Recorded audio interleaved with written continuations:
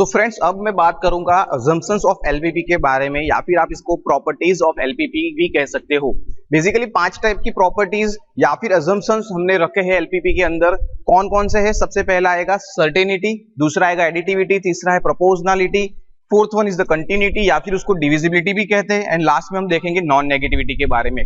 ये जो 5 जो नॉन अजम्पशंस है एलपीपी के, ठीक है, तो एग्जाम में अगर ये क्वेश्चन आपको थियोरेटिकल में पूछ लिया जाए या फिर वाइवा के अंदर पूछा जाएगा कि भाई अजम्पशंस ऑफ एलपीपी के बारे में मुझे बताइए, तो दोस्तों आपको सिर्फ उसके हेडिंग याद रखने हैं, अंदर क्या लिखना है वो मैं आपको एक ट्रिक के साथ बताता हूं। देखो दोस्तों, ये जो अजम्पशंस ऑफ एलपीपी है, इसके जो नाम है उसके अगर आप थोड़ा सा फोकस करोगे तो नाम में ही उसका आंसर छुपा है। जी हाँ, देखो यहाँ पे आप देख सकते हो सर्टेनिटी, राइट। सो सर्टेनिटी, ये जो वर्ड है वो आपने सुना होगा कहीं पे भी। सर्टेन, सर्टेन का मीनिंग होता है इन गुजराती अगर हम बात करें तो इट इज चौकस, राइट। मतलब जो वैल्यूज रहेगी हमारे ऑब्जेक्टिव फंक्शंस की या फिर वेरिएबल्स की, right, that we are using in the mathematical model, right. So जो एलपीपी में हम मॉडल्स क्रिएट करेंगे, उस मॉडल्स के अंदर जो वेरिएबल्स आ रहे हैं, जो ऑब्जेक्टिव फंक्शंस हम डिफाइन करेंगे, उसके अंदर जो रिसोर्सेज यूज होंगे वो सभी की जो वैल्यूज होगी वो क्या होगी? सर्टेन, मतलब चौकस होगी। ड्यूरिंग द प्रोजेक्ट और थ्रू आउट द प्रोजेक्ट जो वैल्यूज ऑफ रिसोर्सेज है, राइट, जो वेरिएबल्स है, that can not be change, it should be a certain. So that is the assumptions we are considering in the LPP, ठीक है। ये सबसे पहला assumptions है कि हमें जो LPP के अंदर जो मॉडल्स क्रिएट कर रहे हैं, मॉडल क्रिएट करने के बाद उसका सॉल्यूशन निकाल रहे हैं, and then we give the decision. So ये जो पूरी प्रोसेस है, इस प्रोसेस के अंदर जो रिसोर्सेज आ रहे हैं, फिर उसके अंदर जो वेरिएबल्स आएंगे, जो ऑब्जेक्टिव्स हम डिफाइन करेंगे, ये सारी जो चीजें हैं उसकी जो वैल्यूज होगी वो throughout the project certain रहेगी। There is no change in the values, right. So certainty में हमें क्या मिला? वैल्यूज आर फिक्स,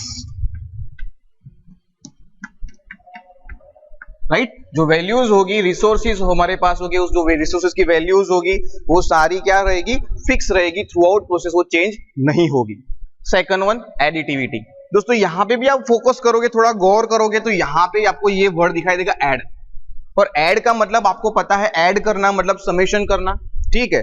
तो एडिटिविटी भी यही हमें दिखाती है, ये अजम्पशंस एलपीपी में ये इंपोज करता है कि जो हम प्रोजेक्ट करते हैं उस प्रोजेक्ट के अंदर, राइट, अगर 5 प्रोडक्ट अलग अलग है, A B C D E, ये 5 प्रोडक्ट की जो प्रॉफिट हमें मिल रही है, ठीक है, उस टोटल 5 प्रोडक्ट की प्रॉफिट का अगर हम सम करेंगे, एडिशन करेंगे, वो जितना आएगा उतना ही हमें इंडिविजुअल प्रोडक्ट का जो सम करेंगे वो मिलेगा। मतलब 5 प्रोडक्ट हमारे पास है, राइट, उस 5 प्रोडक्ट का समेशन जो आएगा, राइट, वही हमें 5 का जो अलग अलग सेपरेट करके मिलेंगे वो सेम आनेगा। So this is the one more assumptions in the LPP, that is known as additivity, right. जितना भी हम समेशन करेंगे, right, total summation of the profit, right, मतलब जो टोटल ओवरऑल प्रॉफिट मिल रहा है is equal to individual profit जो प्रोडक्ट का होगा वो हम उसका समेशन करेंगे तो वो उतना ही होगा जितना टोटल प्रॉफिट हमें मिला है। And this is the assumptions that we are considering in the LPP। ये हम एज्यूम कर रहे हैं कि ऐसा होगा हमारे प्रोजेक्ट के अंदर। हमारे जो LPP है उसका जो फॉर्मुलेशन कर रहे हैं उसके अंदर ये एडिटिविटी है, ठीक है। Then third one is the proportionality. Proportionality, इस वर्ड पे आप फिर से गौर करोगे तो यहां पे भी आपको कुछ मिलेगा, प्रोपोर्शनल। प्रोपोर्शनल का मतलब क्या है? प्रोपोर्शनल का मतलब होता है सप्रमाण। गुजराती में આપણે શું કહીશું दोस्तों? सप्रमाण, ठीक है। सो प्रोपोर्शनलिटी का जो मीनिंग है उसके अंदर क्या लिखना है? तो प्रोपोर्शनलिटी का मीनिंग ये है, the amount, right, the amount we are increase in the any variable is proportional to its value. मतलब जितना भी हम प्रोपोर्शनलिटी बढ़ाएंगे, जो भी हम टर्म्स बढ़ाएंगे या फिर कम करेंगे, रिड्यूस करेंगे, डिक्रीज करेंगे, उतना ही प्रोपोर्शनली उसके अंदर एडिशन होगा या फिर उसके अंदर रिडक्शन होगा। फॉर एग्जांपल, जैसे कि कोई एक प्रोडक्ट है, वो एक प्रोडक्ट को मैं बेचूंगा, ठीक है, कोई एक प्रोडक्ट को मैं बेच रहा हूं, फॉर एग्जांपल ए प्रोडक्ट है, ए प्रोडक्ट को मैं जब सेल कर रहा हूं, बेच रहा हूं, तो मुझे 5 रुपए मिल रहे हैं, राइट। तो मैं अगर 2 प्रोडक्ट बेचूंगा तो कितना मिलेगा? It is 10 rupees.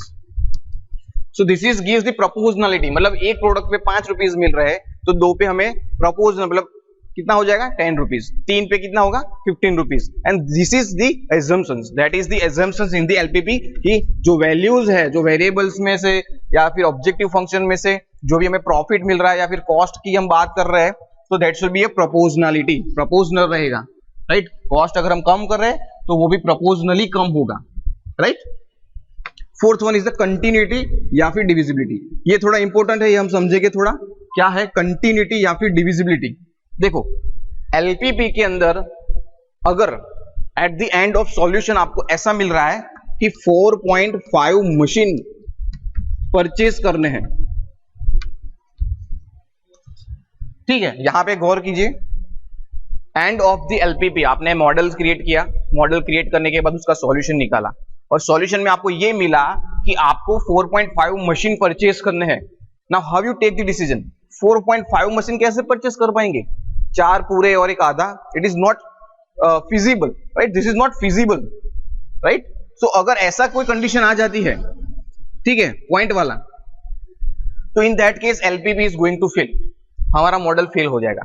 सो हमने एज्यूम किया है कि जो भी वैल्यूज हमें मिल रही है, जो भी सॉल्यूशन हमें मिल रहा है, जितने भी रिसोर्सेज हमारे पास पड़े हैं, all resources, all values, all solution are continuity और that is the divisible, right. That means अगर 4.5 मशीन हमें मिल रहा है answer, so that is okay.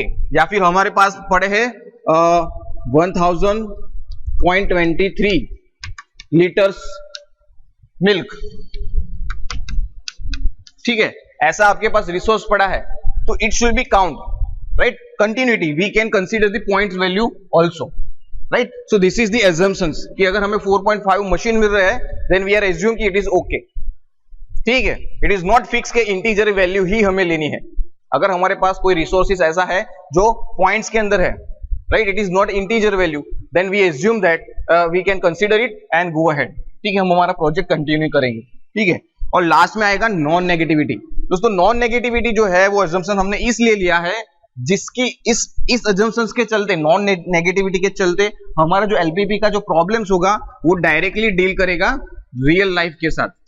जो रियल लाइफ के प्रॉब्लम्स रहते हैं उसके साथ डील करने के लिए हमने नॉन नेगेटिविटी जो assumptions है वो लिया है, ठीक है। इसके अंदर हमने क्या एज्यूम किया है कि एलपीपी के अंदर जितने भी वेरिएबल्स हम यूज कर रहे हैं, जितने भी डिसीजन वेरिएबल्स हम यूज करेंगे, वो सारे decision variable, all decision variable क्या होंगे, नॉन नेगेटिव होंगे।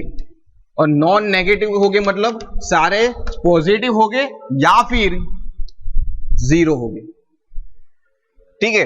जितने भी वेरिएबल्स, डिसीजन वेरिएबल होंगे वो सारे पॉजिटिव होंगे या फिर जीरो होंगे, वो कभी भी नेगेटिव वैल्यू में नहीं जाएंगे।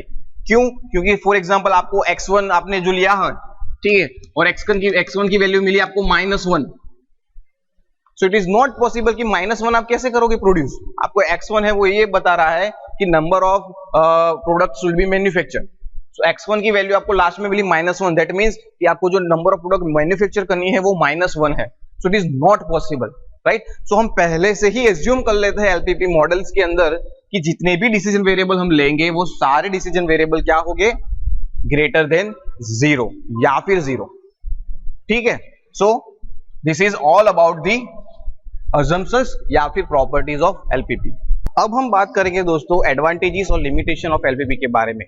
तो एडवांटेज की अगर हम बात करें तो सबसे पहला एडवांटेज है वो है ऑप्टिमम एलोकेशन ऑफ रिसोर्सेज। हमारे पास जो रिसोर्सेज पड़े होंगे, राइट, अगर हम कोई मैन्युफैक्चरिंग कंपनी की बात करें तो वहां पे नंबर ऑफ मटेरियल्स होंगे, उनके पास मशीन्स होंगे, मैन पावर होगा, राइट। तो ये जो रिसोर्सेज कोई भी फर्म के पास पड़े हैं तो उसका कैसे ऑप्टिमम यूज करना है, that will be given answer by the LPP. उसका सॉल्यूशन जो है वो हमें एलपीपी से मिल जाएगा। सो this is one of the advantages. The second one is improvement in quality of decision, ठीक है। जो हम हमारे गेस वर्क से जो डिसीजन देते हैं या फिर हमारे पास्ट एक्सपीरियंस बेस्ड जो डिसीजन लेते हैं वो कई बार गलत हो सकते हैं, राइट। सो ऐसा ना हो, इस वजह से अगर हम एलपीपी का यूज करते हैं तो हमारा जो क्वालिटी, जो डिसीजन देने का जो वेज है, राइट, जो तरीका था वो क्या हो जाएगा, इंप्रूव हो जाएगा। So improvement in the quality of decision, हमारे जो डिसीजन होंगे वो क्या होंगे, क्वालिटी डिसीजन रहेंगे, ठीक है। Third one is the exploring bottle neck machine. अब बॉटल नेकिंग क्या मीनिंग क्या है वो मैं सबसे पहले आपको समझ देता हूँ, ठीक है। बॉटल नेकिंग का अगर बॉटल आपने देखी होगी, राइट, तो बॉटल का जो गला होता है, ठीक है, हमारी बात कर रहा हूं, अगर मैं कोई बॉटल हो तो मेरा देखो गला छोटा सा है। तो बॉटल नेकिंग का मीनिंग वो होता है कि कई बार जो मशीन्स रहते हैं, उस एक मशीन, हमारे पास 5 मशीन पड़े, 5 में से कोई एक मशीन पर इतने नंबर ऑफ प्रोडक्ट चली जाती है कि वहां पे वेटिंग बढ़ जाता है। ठीक है, एक प्रोडक्ट को आप उसके ऊपर काम कर रहे हो, प्रोडक्ट मशीन के ऊपर, तो पीछे लाइन पड़ी है, तो क्या हो गया, वहां पे बॉटल नेकिंग हो गया, वहां पे जाके वो सब अटक गए। जितने भी प्रोडक्ट मैन्युफैक्चर होने के लिए जा रही थी मशीन पे, वो एक जगह पे जाके अटक गई, that is bottle necking, right. तो हम क्या कर सकते हैं, यूजिंग एलपीपी एक्सप्लोर कर सकते हैं कि भाई ऐसा क्यों हो रहा है, कौन से मशीन ऐसा है जो आइडल पड़ रहे हैं, और कितने मशीन को हमें नए परचेज करने चाहिए जिससे ये बॉटल नेकिंग ना हो, right. So LPP gives the exploring the bottlenecking machine. And the last one is the re-evolution of basic plan. Now what is this re-evolution of basic plan? See, कोई भी अगर कोई company है या manufacturing firm है, वहां पे ऐसा तो है नहीं को पूरे साल एक ही, राइट, या फिर लाइफ टाइम एक ही प्रोडक्ट के ऊपर काम होगा, ऐसा तो है नहीं, राइट। जैसे जैसे मार्केट के अंदर चेंजेस आएंगे, राइट, जैसे जैसे कस्टमर की जो चॉइस है, राइट, वो चेंज होगी, वैसे ही आपको आपकी प्रोडक्ट भी चेंज करनी पड़ेगी। सो इन फ्यूचर कोई भी चेंजेस आता है इन अ प्रोडक्ट, सो उस टाइम पे क्या करें, हमारे पास जो रिसोर्सेज है उसका कैसे यूज करें, right, each and everything that we can re-evolute using the LPP. अगर हम एलपीपी यूज करेंगे तो दिस इज द एडवांटेज कि हमें फिर से जो री-इवोल्यूशन करना है that can be quite easy, और हमें उस टाइम पे भी क्या, ये सारे जो एडवांटेजेस है जो मैंने अबाउ मेंशन किए हैं, वो सारे हमें एडवांटेज मिल जाएंगे, right. Apart from this advantages कुछ लिमिटेशंस भी है दोस्तों। लिमिटेशन की अगर हम बात करें तो आपको वो याद होंगे, अभी हमने जो अजम्पशंस के बारे में बात किए, वो सारे अजम्पशंस यहाँ पे आपकी लिमिटेशन बन जाएंगे। सबसे पहला है लीनियरिटी, ठीक है, जो एलपीपी का जो सबसे पहला वर्ड है लीनियर, यहाँ पे आप देख सकते हो, right. So this is one of the limitation कि लीनियर प्रोग्रामिंग मॉडल जो है वो सिर्फ और सिर्फ लीनियर रिलेशंस वाले प्रॉब्लम्स को ही सॉल्व कर पाता है, दैट इज लीनियरिटी। जो भी प्रॉब्लम्स हो गए उसके अंदर लीनियरली डिपेंड है वेरिएबल, तो ही वो प्रॉब्लम सॉल्व होगा, otherwise it is not possible to solve using the LPP, right. So the first limitation is linearity, ठीक है। अगर कोई नॉन लीनियर प्रॉब्लम है, ठीक है, अगर कोई नॉन लीनियर प्रॉब्लम है that can be not solved by the LPP, so this is one of the limitation. The second is certainty. तो सर्टेनिटी, जैसे हमने अजम्पशंस में मैंने आपको बताया था कि चौकस आपके पास जो रिसोर्सेज है, आपके पास मशीन्स है, आपके पास मैन पावर है, आपके पास मटेरियल पड़ा है, राइट। तो ये सारी चीजें जो है वो थ्रू आउट प्रोजेक्ट क्या होती है, फिक्स होती है, सर्टेन अमाउंट में ही रहती है, राइट। बट रियल लाइफ में ऐसा नहीं होता, इट कैन बी चेंजेस। अगर आप मैन पावर की बात करें, फिलहाल आपके पास सपोज 10 वर्कर है, लेकिन हो सकता है इन फ्यूचर उनमें से 1 या 2 छोड़ के चले जाएंगे, so it is not fix, वो सर्टेन नहीं रहेगा, right. So still we are assuming कि भाई एलपीपी में ये हो रहा है, so it is one of the limitation कि सर्टेनिटी, जो सर्टेन हम फिक्स वैल्यू कर देते हैं, that is not quite possible in real life, so it is the limitation. Third one is the single objective function. दोस्तों objective function जो 2 तरीके के होते हैं, एक होता है मैक्सिमाइजेशन और दूसरा होता है मिनिमाइजेशन। जब हम एलपीपी की बात करेंगे तो एलपीपी के अंदर सिर्फ और सिर्फ एक ही ऑब्जेक्टिव फंक्शन हम बनाते हैं, rather it is on the maximisation और रादर इट इज ना मिनिमाइजेशन, ये दोनों में से कोई एक पे ही आएगा, ठीक है। इसका मैं डिटेल्स एक्सप्लेनेशन आपको अभी नेक्स्ट लेक्चर में दूंगा कि ऑब्जेक्टिव फंक्शन में ये क्या है, ऑब्जेक्टिव फंक्शन में मैक्सिमम मिनिमाइजेशन क्या है, कैसे बनाना है, each and everything we are discussing. But फिलहाल अभी के लिए सिंगल ऑब्जेक्टिव फंक्शन ही होता है एलपीपी के अंदर। सो this is one of the limitation for LPP कि हम एक ही ऑब्जेक्टिव फंक्शन पे काम कर सकते हैं in a problem, in a project, but real life में ऐसा नहीं होता। There is a number of objective function in a single project, right. So it is the one of the limitation of LPP, single objective function. And the last one is the ignores effect of time. Time की जो effects रहती है, हमें पता नहीं होता कि हमारा प्रॉब्लम जो हमारा प्रोजेक्ट है वो कितने दिन में खत्म होगा, वो हफ्ते में भी हो सकता है, वो मंथ में भी हो सकता है, या फिर क्वार्टरली या हाफ मंथ में भी वो कंप्लीट हो सकता है, राइट। सो जो टाइम है उसकी इफेक्ट हम इग्नोर करते हैं। फॉर एग्जाम्पल हम कोई प्रोजेक्ट पे काम कर रहे हैं, ठीक है, और ऐसा हो जाएगी जब प्रोजेक्ट खत्म होने को आएगा तब तक पब्लिक की डिमांड चेंज हो गई, so that is the limitation. जो एलपीपी है वो टाइम इफेक्ट पे काम नहीं करता, there is we are ignoring the time effect, ठीक है। So this are the limitation of LPP. अब बात करेंगे हम जो उसका एप्लीकेशन है, जो मैंने आपको बोला था कि एप्लीकेशन कौन कौन सी है। तो दोस्तों एप्लीकेशन इसकी बहुत सारे सेक्टर में है। अगर हम एप्लीकेशन की बात करें, ठीक है, application of LPP, so LPP की अगर एप्लीकेशन की बात करें तो आपको जितने भी, जैसे हम आगे एग्जांपल सॉल्व करेंगे, उस एग्जांपल्स के अंदर बहुत सारी फॉर्म्स के नाम आएंगे और जो एप्लीकेशन जहां पे एलपीपी की है वो सारी एप्लीकेशन के बारे में one by one example solve करेंगे. So at the end of this chapter you can automatically recognise की कौन कौन सी एप्लीकेशन है. It is no need to discuss. Still मैं आपको बता देता हूं कि जो होटल मैनेजमेंट है वहां पे हम यूज कर सकते हैं. एग्रीकल्चर में क्रॉप्स जो रहते हैं उसका जो अमाउंट है वो कितना रखना चाहिए, that we can decide, right. Military में हम यूज कर सकते हैं. We can use in the transportation, we can use in the assigning the machines to man, right. We can use in the industry for the resource allocation. We can use it is in the bank.